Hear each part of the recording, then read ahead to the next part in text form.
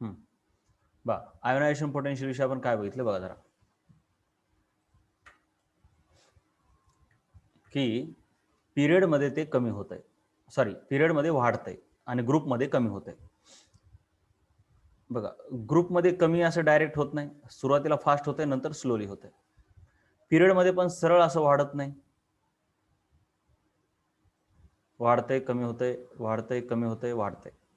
कुठं कुठं वाढतंय? बोरॉन आणि ऑक्सिजन. म्हणजे कसं, जर आपण बघितलं lithium, beryllium, boron, oxygen, carbon, nitrogen, चुकलं की रे, carbon, nitrogen, oxygen, fluorine, neon, कशी कशी गडबड व्हायला बघा. आता जर बघितला हा पहिला ग्रुप, हा दुसरा, हा तिसरा, चौथा, पाचवा, सहावा, सातवा, आठवा, जुन्यानुसार बघितलं तर. नवीननुसार हे 13th, 14th, 15th, 16th, 17th, 18th. मग आपल्याला बोरॉन म्हणजे 13th ग्रुप आणि 16th ग्रुपमध्ये सतत हे असं बिहेवियर दिसणार. सरळ जायच्या ऐवजी 13व्या ग्रुपचे सर्वच मेंबर असे खाली जाणार आणि 16व्याले खाली जाणार, असं वर येणार. मग आता आपल्याला हे बघायचं डिटेलमध्ये. आता मी काय करतो, जर तुम्ही असं बघितलं इथं, तर हे काय आहे हे बघा, हे 500 पासून, 500 जूल पासून सुरू झालंय. जर मी 0 पासून घ्यायचं म्हणलं तर ही लाईन खाली येणार अशी कुठेतरी, ठीक आहे. मग हे असं, आणि ही समजा 0ची लाईन आहे, तर लिथियम कुठं सुरू होणार? 520 पासून. मग समजा असं काहीतरी घेतलं आपण, 100, 200, 300, 400, 500, इथं 500 आलं समजा, 500, आणि इथं 2000 पर्यंत आहे. 500, 1000, कुठेतरी इथं 2000 येणार, 2000. मग आता बघा कसं होतंय. पहिल्यांदा लिथियमनं सुरुवात करूया आपण, ठीक आहे. समजा इथं आहे लिथियम, हा आहे लिथियम. लिथियमपेक्षा मग आपण बघितलं ना, हे काय, लिथियमपेक्षा बेरिलियम जास्त, मग कमी, जास्त, असं. लिथियम पासून सुरुवात केली की असं जास्त, कमी, पुन्हा जास्त, कमी, आणि पुन्हा जास्त शेवटपर्यंत, असं असा ग्राफ आहे. आणि हा शेवटी जो आहे तो आहे निऑन. आता लिथियमच्या खाली पुढचा पिरियड घेतला तर सोडियमचा आहे. सोडियम पासून शेवटी आर्गॉन पर्यंत जरा, ठीक आहे. मग सोडियम, लिथियमपेक्षा सोडियम खाली आहे ना, तर त्याचं आयोनायझेशन पोटेन्शियल कमी असणार, म्हणजे लिथियमपेक्षा कमी काढावं लागेल त्याचं आयोनायझेशन पोटेन्शियल. त्याला आपण वेगळा कलर घेऊ. लिथियमपेक्षा बघा सोडियमचं असं इथं येणार कुठेतरी, सोडियम. पण आता ॲटॉमिक नंबर पण निऑनच्या पुढे ना बाळांनो, म्हणजे इथं घ्यावं लागेल. सोडियम इथं कसं घ्यायचं, इकडं ॲटॉमिक नंबर वाढत चालला. आता निऑन इथं आला म्हणल्यावर 10 आहे ॲटॉमिक नंबर. इथं बघा, इथं 3, 4, इथं 10 आला. आता 11 म्हणजे इथून सुरू होणार ना.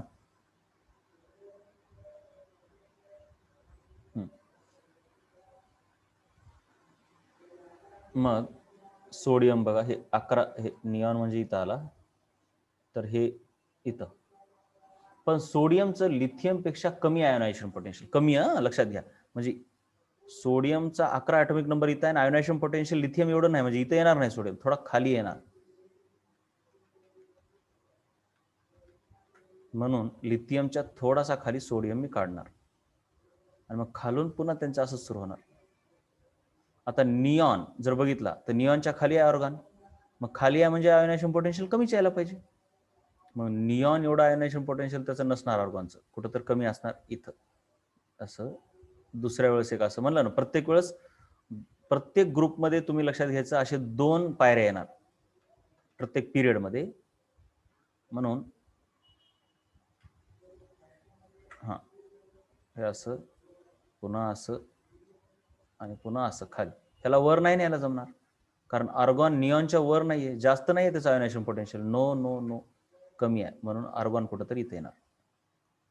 मग तसंच आता काय येणार, सोडियमच्या खाली पोटॅशियमचा ग्रुप येणार. मग पोटॅशियमचा ग्रुप कसा येणार,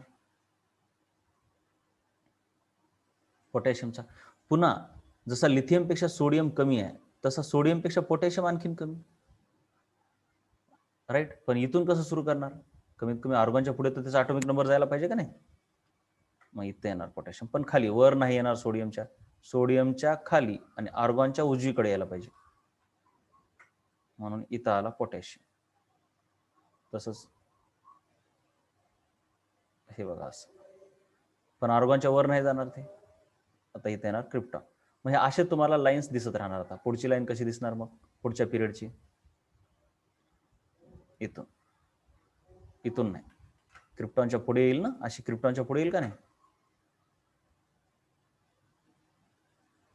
आणि हे खाली, राईट. मग तुम्ही ह्यांना आता नंतर जोडावं लागेल. म्हणजे हे असं जोडलंय, असं उगं जोडलंय असं. म्हणजे एकंदरीत जर तुम्ही बघितलं तर हे कसं दिसायला बघा बरं, वेव असा पुन्हा तेच आहे बघा. हे बघा हा वेव, हे बघा. आणि इथून लिथियम पासून सुरुवात केली. पण लिथियमच्या अलीकडे हेलियम आणि हायड्रोजन पण आहेत. म्हणजे हायड्रोजन ह्याच्या वर येईल इथं, आणि हेलियम ह्या निऑनच्या वर येईल असं. मग हायड्रोजन पासून हेलियम असं असं. मग हे असं केलं, पुन्हा हे सरळ वाढवलं नाही, हे पुढचा लगेच सोडियमचा पिरियड. पण पोटॅशियमचा पिरियड मी कसा काढलाय, असा नाही. बघा बरं जरा कसला घाणेरडा आहे. का? कारण पोटॅशियम पासून आता इथं मध्ये डी ब्लॉक लागत असतो, म्हणून हे ट्रेंड जरा वाकडे तिकडे होतात असे. ये हो गई बात. आता इलेक्ट्रॉन गेन इन्थॅल्पी, आयोनायझेशनच्या उलटा असते इलेक्ट्रॉन गेन इन्थॅल्पी. म्हणजे काही नाही बघा. जसं आयोनायझेशन म्हणजे शेवटच्या कक्षेतला इलेक्ट्रॉन काढून टाकल्यासाठी किती एनर्जी द्यावी लागते, इथे एनर्जी द्यावी लागते, म्हणून इथं डेल्टा एच प्लस असते, काहीतरी +20 म्हणूया आपण. काढून टाकण्यासाठी एनर्जी द्यावी लागते. आता इलेक्ट्रॉन गेन इन्थॅल्पी जस्ट ह्याच्या उलट आहे, ह्याच्या जस्ट उलट.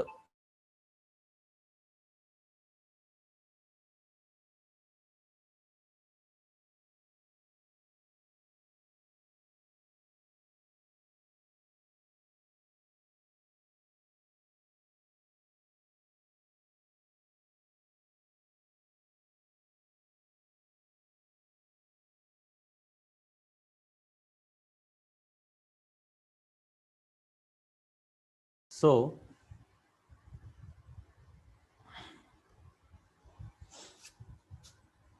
बघा ह्याची डेल्टा एच पॉझिटिव्ह आहे.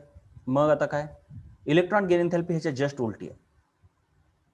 शेवट बघा इथं काय होतं, इलेक्ट्रॉन शेवटच्या कक्षेमधून इन्फिनिटीला नेऊन ठेवण्यासाठी, म्हणजे खूप दूर नेऊन ठेवण्यासाठी किती एनर्जी द्यावी लागते. त्याच्या उलट खूप दुरून किंवा इन्फिनिटी पासून इलेक्ट्रॉन जर हिच्या शेवटच्या कक्षेत येऊन पडला तर किती एनर्जी रिलीज होते. इथं काय होती, किती एनर्जी ऍब्झॉर्ब करते, त्याला एनर्जी द्यावी लागते, तेव्हा ते इलेक्ट्रॉन सोडते. पण आता जर इलेक्ट्रॉन हिच्यात येऊन पडू लागला तर ही एनर्जी बाहेर फेकते, जस्ट उलट होते त्याच्या. आणि मग इथं एन्थॅल्पी बाहेर पडते, त्याला आपण म्हणतो exothermic process. So electron gain enthalpy is energy released, whereas ionization enthalpy is energy absorbed. It is energy absorbed, and this is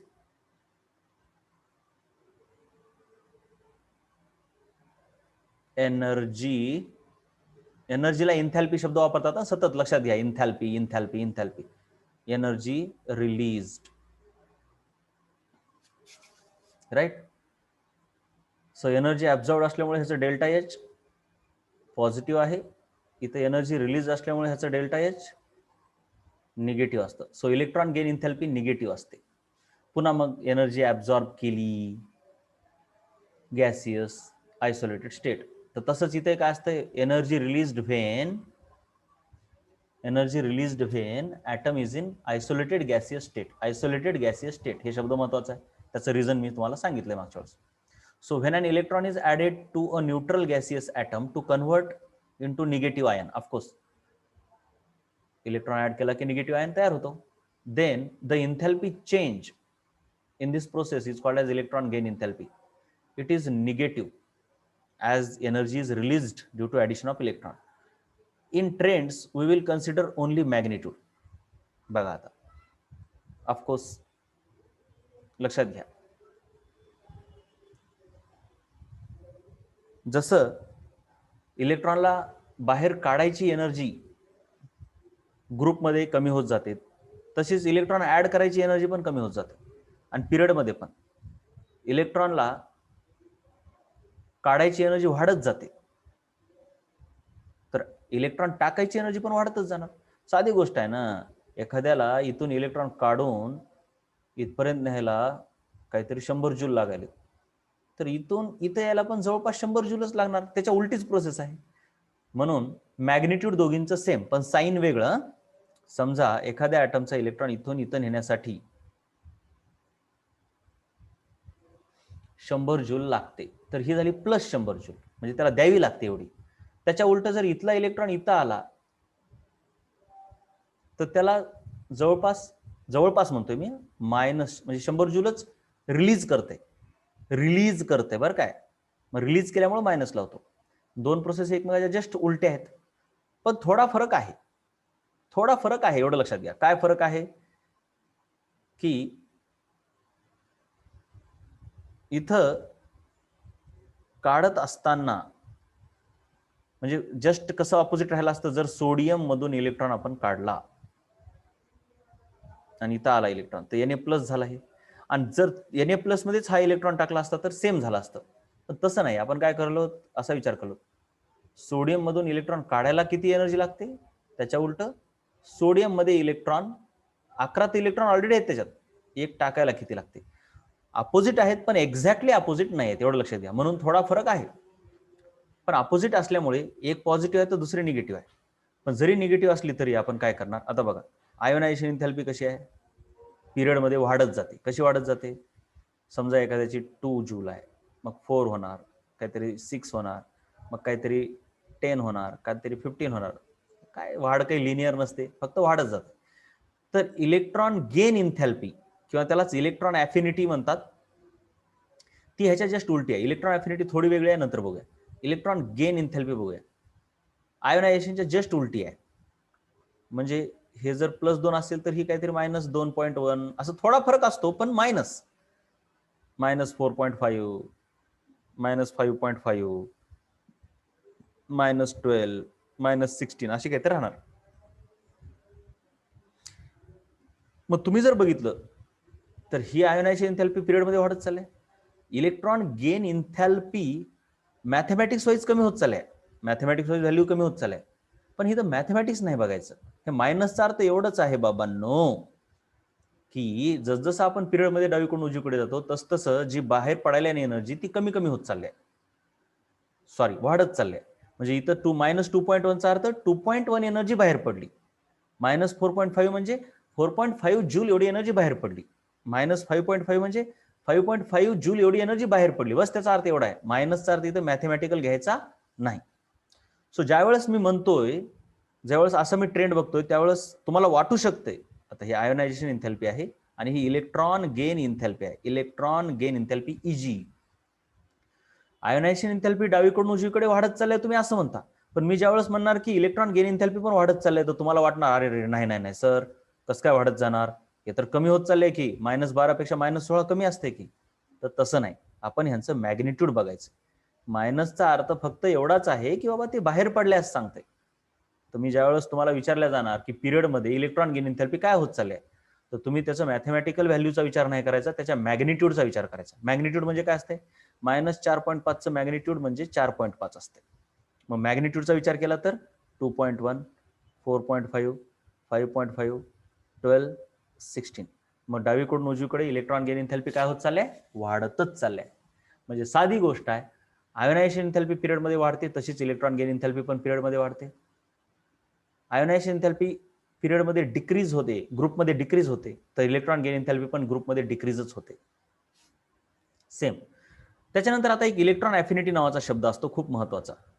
electron affinity हे इलेक्ट्रॉन गेन एन्थॅल्पीच्या मायनस असते value, just minus.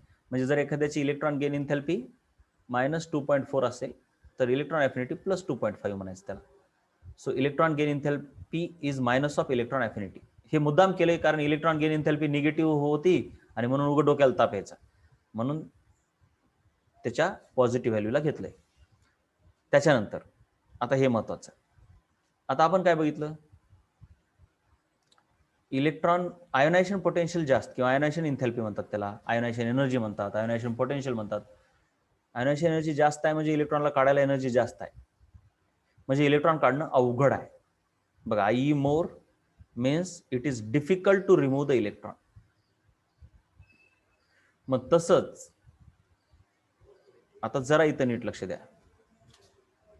Electron gain इन्थॅल्पी मोर कधी लक्षात घ्या, जिथे energy जास्त बाहेर पडते, electron gain इन्थॅल्पी मोर म्हणजे जास्त एनर्जी बाहेर पडायला. जास्त एनर्जी बाहेर पडली म्हणजे एनर्जी डिक्रीज व्हायला सिस्टीमची. एनर्जी डिक्रीज झाली म्हणजे स्टॅबिलिटी वाढली. स्टॅबिलिटी वाढली म्हणजे तसं तिला करावं वाटतंय. जिथं स्टॅबिलिटी वाढते ती प्रोसेस जास्त लवकर होते. म्हणजे ज्याची इलेक्ट्रॉन गेन इन्थॅल्पी जास्त आहे, ज्या ॲटमची, ह्याचा अर्थ त्याला इलेक्ट्रॉन ऍड करून घ्यावा वाटतो. पुन्हा एकदा लक्ष द्या बरं. ज्याची इलेक्ट्रॉन गेन इन्थॅल्पी जास्त आहे म्हणजे ह्याचा अर्थ इलेक्ट्रॉन ऍड झालं की जास्त एनर्जी बाहेर पडते. इलेक्ट्रॉन ऍड झालं की जास्त एनर्जी बाहेर पडते म्हणजे एनर्जी त्याची जास्त कमी व्हायला आहे. कारण एनर्जी बाहेर पडली की एनर्जी कमीच होते ना त्याची. एनर्जी कमी झाली म्हणजे स्टॅबिलिटी वाढली. सो जेवढी जास्त एनर्जी बाहेर पडेल तेवढं ॲटमसाठी चांगलं आहे. म्हणून तेवढं तो इलेक्ट्रॉनला ऍक्सेप्ट करायला जास्त तयार आहे असं मानायचं. म्हणजे इलेक्ट्रॉन गेन इन्थॅल्पी जास्त, मी म्हणतो मॅग्निट्यूड वाईज, व्हॅल्यू वाईज नाही. जर ए ची इलेक्ट्रॉन गेन इन्थॅल्पी -2 आहे आणि बी ॲटमची -5 आहे तर इलेक्ट्रॉन गेन इन्थॅल्पी जास्त कोणाची आहे? तुम्हाला वाटेल हे, पण नाही, बी ची जास्त आहे. काय बघायचंय? मॅग्निट्यूड बघायचंय, मॅथमॅटिक्स बघायचं नाही. मग मॅथमॅटिक्स बघायचं नाही, कळलं?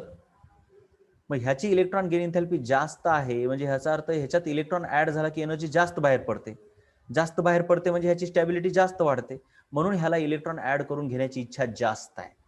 ज्याला इलेक्ट्रॉन ऍड करून घेण्याची इच्छा जास्त आहे, स्वतःकडे ओढण्याची इच्छा जास्त आहे, त्याला काढायची इच्छा कमीच असणार. अरे रे रे, किती सोपं आहे बघा. ज्याला इलेक्ट्रॉन घ्यावा वाटतो त्याला ऑफकोर्स द्यावा वाटत नसणार. म्हणजे ज्याची इलेक्ट्रॉन गेन इन्थॅल्पी जास्त त्याला इलेक्ट्रॉन घ्यावा वाटतो, म्हणजेच त्याला इलेक्ट्रॉन द्यावा वाटत नाही. त्याला इलेक्ट्रॉन घ्यावा वाटतो मग त्याला ते काढून टाकावं वाटत नाही. काढून टाकणं अवघड आहे. मग आपण काय बघितलं? पहिलं, आयोनायझेशन इन्थॅल्पी जास्त म्हणजे त्याला इलेक्ट्रॉन त्याच्याकडून काढणं अवघड आहे. इलेक्ट्रॉन काढणं अवघड आहे. इलेक्ट्रॉन काढणं अवघड आहे म्हणजे त्याला इलेक्ट्रॉन जास्त आवडतो. असंच की काढणं अवघड आहे म्हणजे ते काढू देणं झालंय, म्हणजे पकडून ठेवलंय त्यानं, म्हणजे इलेक्ट्रॉन जास्त आवडतो. इलेक्ट्रॉन जास्त आवडतो म्हणजे इलेक्ट्रॉनवर त्याचं प्रेम जास्त आहे. प्रेम जास्त आहे असं म्हणूया आपण, अट्रॅक्शन जास्त आहे. सो त्याला इलेक्ट्रॉन जास्त आवडतो. ही लव्हज इलेक्ट्रॉन. ज्याची आयोनायझेशन इन्थॅल्पी जास्त त्याचं इलेक्ट्रॉनवरचं प्रेम जास्त. ज्याची इलेक्ट्रॉन गेन इन्थॅल्पी जास्त त्याचं पण तसंच. ते कसं? ज्याची इलेक्ट्रॉन गेन इन्थॅल्पी जास्त म्हणजे इलेक्ट्रॉन ऍड केला की त्यानं जास्त एनर्जी बाहेर टाकायला, म्हणजे ह्याचा अर्थ त्याला इलेक्ट्रॉन जास्त ऍड करून घ्यावा वाटायलाय. ऍड जास्त करून घ्यावा वाटायला म्हणजे काढावा वाटणा झालाय. म्हणजे ज्याची इलेक्ट्रॉन गेन इन्थॅल्पी जास्त तो पण इलेक्ट्रॉनवर जास्त प्रेम करतो, असंच होतंय. सो इलेक्ट्रॉन गेन इन्थॅल्पीचं मॅग्निट्यूड जास्त म्हणजे तो पण इलेक्ट्रॉनवरती लव करतो. सो कोणीही जास्त असू द्या, आईई जास्त असो किंवा इजीई जास्त असो, ह्याचा अर्थ ते इलेक्ट्रॉनवर जास्त प्रेम करतात, इलेक्ट्रॉनला जास्त अट्रॅक्ट करतात. ते इलेक्ट्रॉन काढू शकत नाहीत, त्यांना काढायची इच्छा जास्त नाही. आणि इलेक्ट्रॉन काढायची इच्छा कुणाला जास्त नसते? नॉन मेटल्सला. नॉन मेटल्स काढत नाहीत, इलेक्ट्रॉन घेतात. म्हणून नॉन मेटलचे आयोनायझेशन इन्थॅल्पी जास्त आणि इलेक्ट्रॉन गेन इन्थॅल्पी पण जास्त असते. मग जे ट्रेंड आयोनायझेशन इन्थॅल्पीचा आहे तोच ट्रेंड इलेक्ट्रॉन गेन इन्थॅल्पीचा पण आहे. सेम ट्रेंड, पिरियडमध्ये वाढणे आणि ग्रुपमध्ये कमी होणे. त्याचे सेम रिझन आहेत. पिरियडमध्ये न्यूक्लिअर चार्ज डॉमिनंट फॅक्टर आहे आणि इकडे साईज जास्त डॉमिनंट फॅक्टर आहे.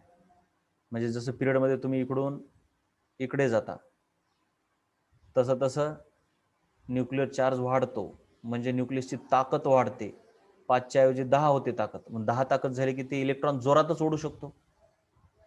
मग इलेक्ट्रॉन जोरात ओढला की एनर्जी जास्त बाहेर पडते, म्हणजे इलेक्ट्रॉनवर प्रेम वाढतंच. आणि इथं जाताना, खाली जाताना साईज वाढते. आता साधी गोष्ट आहे, बघा. ओके, तर इलेक्ट्रॉन गेन इन्थॅल्पी आता हे बघा, साईज वाढली म्हणजे याच्यामध्ये इलेक्ट्रॉन इथून एवढ्या जवळ येणार. आता जेवढ्या जवळ इलेक्ट्रॉन येणार तेवढी एनर्जी बाहेर पडणार. मग आता इथून इलेक्ट्रॉन सुरू झाला ना, इथं चाल. म्हणजे आता जरा ह्याला झूम करून बघूया. ग्रुपमध्ये काय होतं? ग्रुपमध्ये असं एक आहे आणि दुसरा ॲटम मोठा आहे असं मुद्दाम दाखवतो. इथून इलेक्ट्रॉन सुरू झाला, इथून इलेक्ट्रॉन इथपर्यंत येणार, म्हणजे जेवढा जास्त जवळ येणार तेवढी एनर्जी बाहेर पडणार. इथून इथपर्यंतच येणार. व्हॅलन्स शेल अगोदरच भेटली त्याला. मग अंतर कुणं जास्त ट्रॅव्हल केला, पहिल्यानं का दुसऱ्यानं? ऑफकोर्स पहिल्यानं म्हणजे ह्याची एनर्जी जास्त बाहेर पडली, ह्याची तेवढी बाहेर पडली नाही. साधी गोष्ट आहे, जिथं एनर्जी जास्त बाहेर पडते तिथं स्टॅबिलिटी जास्त वाढते.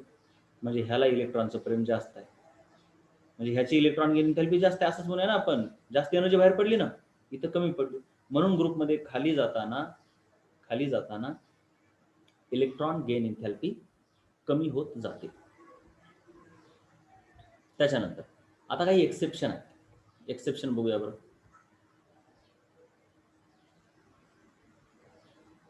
बघा एक्सेप्शन असे येतं बघा, lithium, beryllium, boron, carbon, oxygen, nitrogen, oxygen, fluorine. आता वाढत जायला पाहिजे, परंतु मध्येच काय आहे, ऑक्सिजनची सल्फर. ओके, ग्रुपमधले बघायचे आपले एक्सेप्शन. ऑक्सिजन आणि सल्फर बघूया. ऑक्सिजनच्या खाली कोण येतो, सल्फर. फ्लोरीनच्या खाली कोण येतो, क्लोरीन. आता ग्रुपमध्ये कमी होत जायला पाहिजे, कमी होत जाते, काय अडचण नाही, पिरियडमध्ये काही टेन्शन नाही, वाढत चाललंय, ताकद वाढायला न्यूक्लियसची, इलेक्ट्रॉनला जोरात ओढतो, जास्त एनर्जी बाहेर पडते. ग्रुपमध्ये कमी होत जायला पाहिजे, नो प्रॉब्लेम, कमी होत चाललंय. पण उदाहरणार्थ बघायचं, जर आपण फ्लोरीन, क्लोरीन, ब्रोमीन, आयोडीन, ॲस्टॅटाईनचा ग्रुप बघितला, 17वा ग्रुप, तर त्याच्यामध्ये बघा हो का कमी होत वाढत, म्हणजे मॅग्निट्यूड वाईज कमी होत चाललंय. बघा 349 कमी होत चाललंय. पण जरा लक्षात घेतलं तर इथं मात्र कमी होईना झालंय, फक्त पहिल्या वेळेस चूक व्हायला. म्हणजे तुम्ही जर बघितलं फ्लोरीन, क्लोरीन, ब्रोमीन, आयोडीन, म्हणजे काय होत जायला पाहिजे बघा बरं, कमी होत जायला पाहिजे, अशी कमी होत जायला पाहिजे, अशी व्हॅल्यू तिची कमी होत जायला पाहिजे, का ना. पण तसं न होता जरा वेगळं काय दिसायले बघूया आपण. तुमच्या लक्षात येईल काय व्हायलंय नेमकं ते.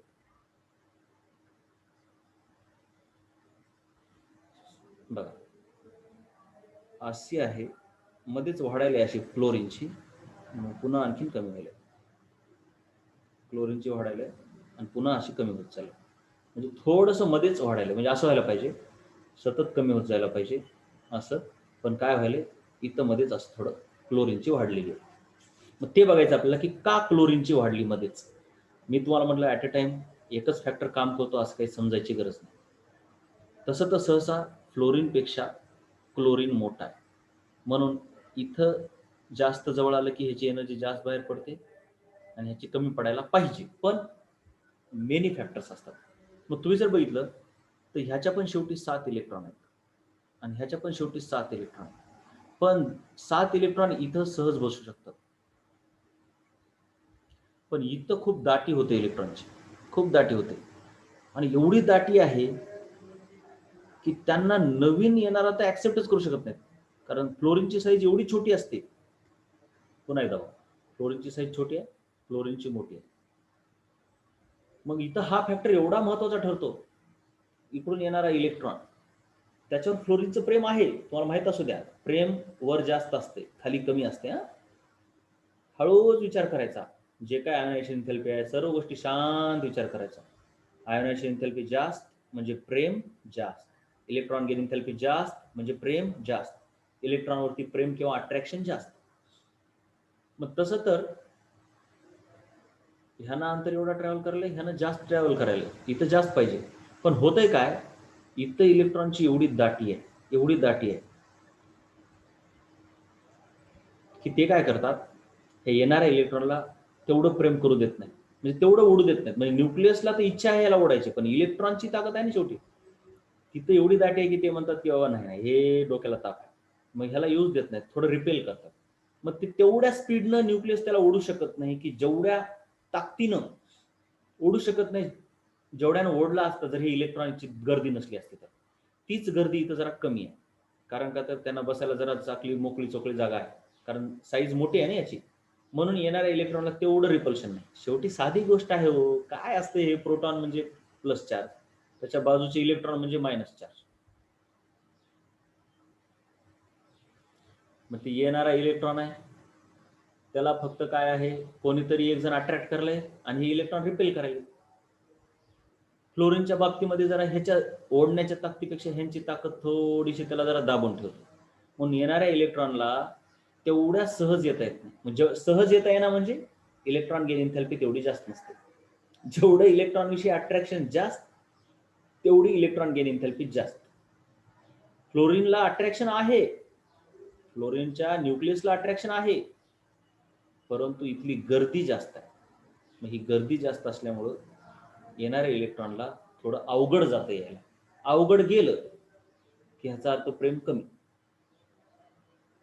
मग प्रेम कमी म्हणजे एनर्जी कमी बाहेर पडणार. जेवढं सोपं जाईल इलेक्ट्रॉनला येणं तेवढी एनर्जी बाहेर जास्त पडते. ठीक आहे. मग ह्याच्यामुळे साईज कमी असल्यामुळे फ्लोरीनची गर्दी इलेक्ट्रॉनची जास्त आहे किंवा इलेक्ट्रॉनची डेन्सिटी खूप जास्त आहे, म्हणून येणाऱ्या इलेक्ट्रॉनला रिपेल्शन फेस करावं लागते आणि म्हणून तेवढी एनर्जी बाहेर पडत नाही जेवढी पडली असती जर गर्दी तेवढी नसली असती तर. म्हणूनच फ्लोरीनपेक्षा क्लोरीनची इलेक्ट्रॉन गेन एन्थॅल्पी थोडी जास्त आहे, मग पुन्हा कमी होत गेली, कारण गर्दीचा इफेक्ट मग नंतर तेवढा राहत नाही. तसंच झालंय ऑक्सिजन आणि सल्फरच्या बाबतीत. ऑक्सिजनपेक्षा सल्फरची कमी पाहिजे पण जास्त आहे. पुन्हा एकदा तेच कारण आहे, कारण ऑक्सिजनची साईज छोटी असल्यामुळे तिथे इलेक्ट्रॉनची गर्दी जास्त आहे.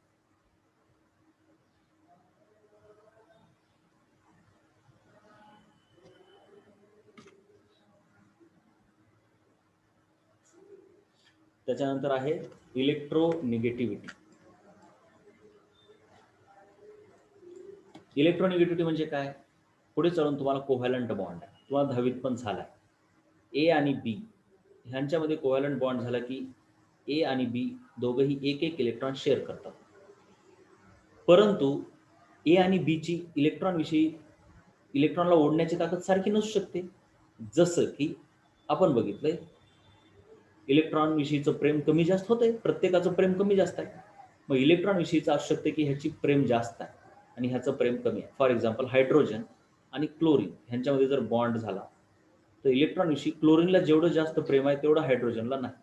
म्हणून ही जी शेअर केलेली पेअर आहे तिला शेअर्ड पेअर म्हणतात. जोडी, इलेक्ट्रॉनची जोडी आहे ती क्लोरीनकडे ओढली जाते आणि म्हणून क्लोरीनवरती थोडासा निगेटिव्ह चार्ज येतो आणि ह्याच्यावरती थोडासा पॉझिटिव्ह चार्ज येतो. थोड्याशाला असं डेल्टा घेतं, ते तुम्हाला नंतर डिटेलमध्ये आहे. पण एवढंच की कोव्हॅलंट बॉन्डमध्ये शेअर केलेली पेअर एक जण जास्त ओढतो आणि एक जण कमी ओढतो. जो जास्त ओढतो त्याची इलेक्ट्रोनिगेटिव्हिटी जास्त आहे असं म्हणतो आपण. जो कमी ओढतो त्याची इलेक्ट्रोनिगेटिव्हिटी कमी आहे असं म्हणतो. So electronegativity is nothing but tendency to attract the shared pair of electron towards itself. So the qualitative measure of ability or tendency of an atom in a chemical compound to attract shared pair of electrons towards itself is called as electronegativity. आता एकाची electronic एवढी, दुसऱ्याची तेवढी, तिसऱ्याची तेवढी, असं कसं मोजायचं?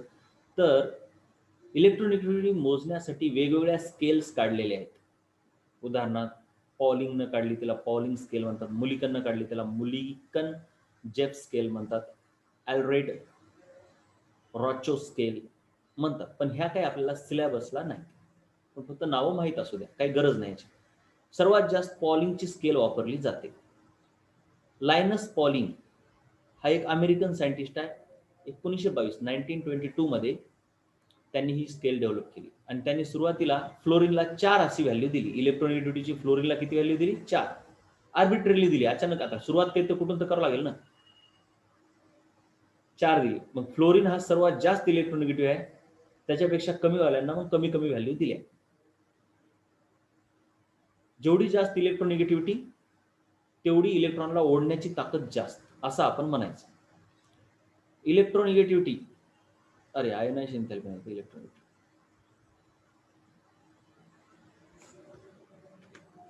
बघ, फॅक्टर्स अफेक्टिंग इलेक्ट्रोनिगेटिव्हिटी. आयनायझेशन एन्थॅल्पीला जे फॅक्टर अफेक्ट करतात तेच इलेक्ट्रोनिगेटिव्हिटीला करतात. हो, फिरून दुसरं काय असतं?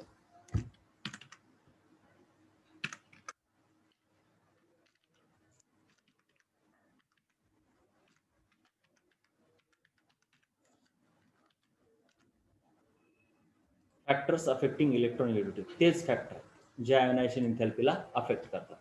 कोणतं डायरेक्ट आहे, कोणतं इन्व्हर्स आहे ते तेवढं बघून घ्या. बघा, एक साधी गोष्ट मी तुम्हाला एक सोपं सांगतो. ज्याची इलेक्ट्रॉन गेन एंथॅल्पी जास्त त्याची इलेक्ट्रोनिगेटिव्हिटी पण सहसा जास्तच असते. इलेक्ट्रोनिगेटिव्हिटीला शॉर्टकटमध्ये असं लिहितात. का? कारण हे इलेक्ट्रॉन आहे, तो ह्याच्यात येऊन पडला. ज्याची इलेक्ट्रॉन गेन एंथॅल्पी जास्त आहे त्याचं इलेक्ट्रॉनवर प्रेम जास्त आहे, एवढं तर आपण बघितलंय. तो जास्त ओढतो इलेक्ट्रॉनला. मग साधी गोष्ट आहे, हे पण आपण बघितले. ज्याची इलेक्ट्रोनिगेटिव्हिटी जास्त तो पण स्वतःकडे इलेक्ट्रॉनला ओढतो, त्याचं पण प्रेम जास्तच आहे. म्हणजे साधी गोष्ट आहे, ज्याचं आयोनायझेशन पोटेन्शियल किंवा आयोनायझेशन एंथॅल्पी जास्त त्याचं इलेक्ट्रॉन गेन एंथॅल्पी पण जास्त सहसा, आणि त्याचीच इलेक्ट्रोनिगेटिव्हिटी पण जास्त. छोटे मोठे एक्सेप्शन आहेत, जे आहेत ते काही तुम्हाला सिलेबसला नाही, पण असं लक्षात ठेवा, या तिन्ही गोष्टी एकच गोष्ट दर्शवतात, ते म्हणजे इलेक्ट्रॉनला स्वतःकडे ओढण्याची ताकद किती आहे किंवा इलेक्ट्रॉनविषयी प्रेम किती आहे. या तिन्ही गोष्टी तेच दर्शवतात. म्हणून तिन्हीला अफेक्ट करणारे फॅक्टर तेच, कारण तेच.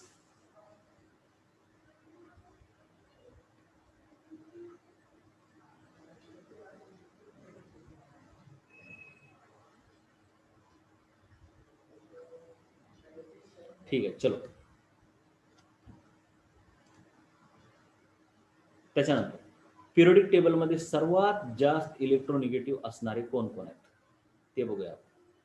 सर्वात जास्त आहे फ्लोरीन, त्याच्यानंतर ऑक्सिजन, नंतर नायट्रोजन आणि क्लोरीन. नायट्रोजन आणि क्लोरीन नियरली इक्वल आहे. तर लक्षात कसं ठेवायचं, फोन कॉल इलेक्ट्रोनिगेटिव्हिटीसाठी कसं लक्षात ठेवायचं, फोन कॉल झालं. ठीक आहे. त्याच्यानंतर साधी गोष्ट आहे, मेटल्स तुम्ही 10वीत बघितले, मेटल्सची इलेक्ट्रोनिगेटिव्हिटी कमी असते, नॉन मेटलची इलेक्ट्रोनिगेटिव्हिटी जास्त असते. इथून पुढे सतत लक्षात ठेवायचं. तुम्हाला हे माहिती आहे, मेटल काय करतात, इलेक्ट्रॉनला काढून टाकतात. म्हणजे ह्याचा अर्थ त्यांना इलेक्ट्रॉनची तेवढी गरज नाही, तेवढी प्रेम नाही इलेक्ट्रॉनवर. तर नॉन मेटल काय करतात, नॉन मेटल इलेक्ट्रॉनला ऍक्सेप्ट करतात, म्हणजे त्यांना प्रेम आहे इलेक्ट्रॉनवर. बरोबर. मेटल्स इलेक्ट्रॉन लूज करतात, हे बघितले ना आपण 10वीत. हे ऍक्सेप्ट करतात, म्हणजे जे इलेक्ट्रॉनला ऍक्सेप्ट करतात त्यांचं प्रेम आहे, दे लव्ह द इलेक्ट्रॉन. जे इलेक्ट्रॉनला लव्ह करतात त्यांची इलेक्ट्रोनिगेटिव्हिटी जास्त आहे, आणि म्हणून मेटल्सची इलेक्ट्रोनिगेटिव्हिटी कमी असते, नॉन मेटलची जास्त असते. इलेक्ट्रोनिगेटिव्हिटीचा उलटा शब्द आहे इलेक्ट्रोपॉझिटिव्हिटी. मग मेटलची इलेक्ट्रोनिगेटिव्हिटी जास्त आहे का कमी आहे, कमी आहे. मग त्याच्या उलटा आहे इलेक्ट्रोपॉझिटिव्हिटी. मग ऑफकोर्स इलेक्ट्रोनिगेटिव्हिटी जर कमी असेल मेटलची तर इलेक्ट्रोपॉझिटिव्हिटी जास्त आहे. तेच नॉन मेटलची इलेक्ट्रोनिगेटिव्हिटी जास्त आहे तर इलेक्ट्रोपॉझिटिव्हिटी कमी आहे. नेक्स्ट आहे ट्रेंड्स इन केमिकल प्रॉपर्टीज, ते आपण नेक्स्ट लेक्चरमध्ये बघूया.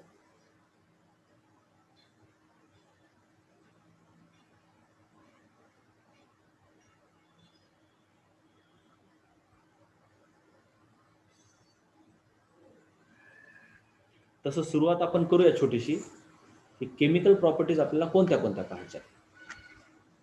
ठीक आहे. तर आपण मागच्या वेळेस बघितलं होतं व्हॅलन्सी आणि रिॲक्टिव्हिटी वगैरे बघायच्यात आपल्याला. तर ट्रेंड्स इन केमिकल प्रॉपर्टीमध्ये सर्वात पहिले आपण व्हॅलन्सी पाहणार आहोत. व्हॅलन्सी किंवा व्हॅलन्स म्हणजे काय, it is number of hydrogen or any monovalent atom that can combine with given element. सोपं आहे, काही नाही. एखाद्या एलिमेंट सोबत हायड्रोजन किती चिटकतो, हायड्रोजन घ्या किंवा हायड्रोजन सारखाच दुसरा ॲटम घ्या. हायड्रोजन सारखा म्हणजे हायड्रोजनची व्हॅलन्सी एक आहे, त्याच्यासारखे दुसरे म्हणजे क्लोरीन फ्लोरीन घ्या, त्यांची पण व्हॅलन्सी एक आहे. एक व्हॅलन्सी, वन व्हॅलन्सी, म्हणून त्यांना म्हणतात मोनोव्हॅलंट. So valence is number of hydrogen atoms that are attached. For example, lithium घ्या, लिथियमला एकच हायड्रोजन चिटकतो म्हणून त्याची व्हॅलन्सी एक.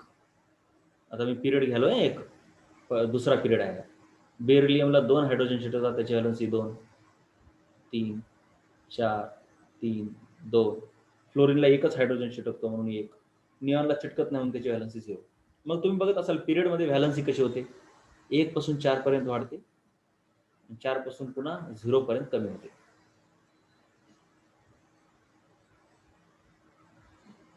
तर तुम्ही जर बघितलं व्यवस्थित एखाद्या ग्रुपमध्ये, तर एखाद्या ग्रुपमध्ये व्हॅलन्सी सेम राहते, कारण शेवटच्या कक्षेतले इलेक्ट्रॉन सेम राहतात. हे तुम्हाला 10वीला पण झालेलं आहे. पुन्हा एकदा रिवाइज होईल बघा. लिथियम, सोडियम, पोटॅशियम, हे कसं आहे 2,1, 2,8,1, 2,8,8,1, म्हणजे व्हॅलन्स इलेक्ट्रॉन सर्व सेमच आहेत. मग जिथं व्हॅलन्स इलेक्ट्रॉन सेम आहेत, व्हॅलन्स इलेक्ट्रॉन जिथं सेम आहेत तिथं व्हॅलन्सी पण सेमच आहे, कारण व्हॅलन्स इलेक्ट्रॉनवरच व्हॅलन्सी डिपेंड करते. व्हॅलन्स इलेक्ट्रॉन 2 असले की व्हॅलन्सी 2, पण थोडासा फरक आहे. व्हॅलन्स इलेक्ट्रॉन आणि व्हॅलन्सीमध्ये थोडासा फरक आहे. व्हॅलन्स इलेक्ट्रॉन आणि व्हॅलन्सी, व्हॅलन्स इलेक्ट्रॉन आणि व्हॅलन्सी फरक आहे. Number of electrons in valence shell, त्याला म्हणतात व्हॅलन्स इलेक्ट्रॉन. तुम्ही जर बघितलं लिथियम, बेरिलियम, बोरॉन, कार्बन, त्यांचं इलेक्ट्रॉनिक कॉन्फिगरेशन आपण बघितलेलं आहे. तर त्यांच्या शेवटच्या कक्षेमध्ये इलेक्ट्रॉन इथं लिथियममध्ये 1 असतो, बेरिलियममध्ये 2 आहेत. तुम्ही इलेक्ट्रॉनिक कॉन्फिगरेशन करून बघा ना, तुम्हाला येईल पण लक्षात. आता कार्बनकडे 6 आहेत, तर 2,4 शेवटच्या कक्षेत 4, ह्याचं काय 2,5, 2,6, 2,7, 2,8, म्हणजे शेवटच्या कक्षेतले इलेक्ट्रॉन बघा हे दिलेत का. व्हॅलन्स इलेक्ट्रॉन कसे आहेत 1 2 3 4 5 6 7 8. तर व्हॅलन्सी कशी आहे बघा. व्हॅलन्सी कशी आहे, व्हॅलन्सी कशी आहे, व्हॅलन्सी कशावर डिपेंड करते, ते इलेक्ट्रॉन किती देतात किंवा किती घेतात. आता इथून एवढे काय करतात, इलेक्ट्रॉन काढून टाकतात. म्हणजे हा 1 काढून टाकतो, हा 2 काढून टाकतो, हा 3 काढून टाकतो. म्हणून ह्यांची व्हॅलन्सी 1 2 3 आहे. ह्याचं जरा केस वेगळे आहे, नंतर बघू. पण हा 5 काढू शकत नाही, मग ऑक्टेट कंप्लीट करण्यासाठी हा 3 घेतो, म्हणून ह्याची व्हॅलन्सी 3 आहे, 5 नाही.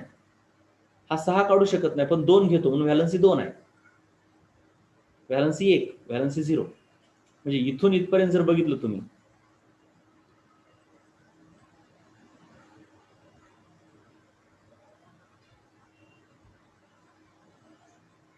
बघा, जर तुम्ही इथून इथपर्यंत बघितलं तर जेवढे व्हॅलन्स इलेक्ट्रॉन आहेत तेवढीच व्हॅलन्सी आहे. पण इथून पुढे जर बघितलं तर जेवढे व्हॅलन्स इलेक्ट्रॉन आहेत त्याला 8 मधून वजा केल्यावर व्हॅलन्सी येते. म्हणजे इथून एवढ्यांसाठी व्हॅलन्सीचा फॉर्म्युला आहे नंबर ऑफ व्हॅलन्स इलेक्ट्रॉन, पण इथून एवढ्यांसाठी व्हॅलन्सी म्हणजे 8 minus number of valence electron.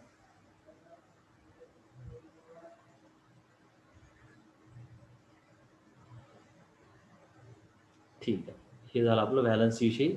बाकीचं आपण उद्या बघूया.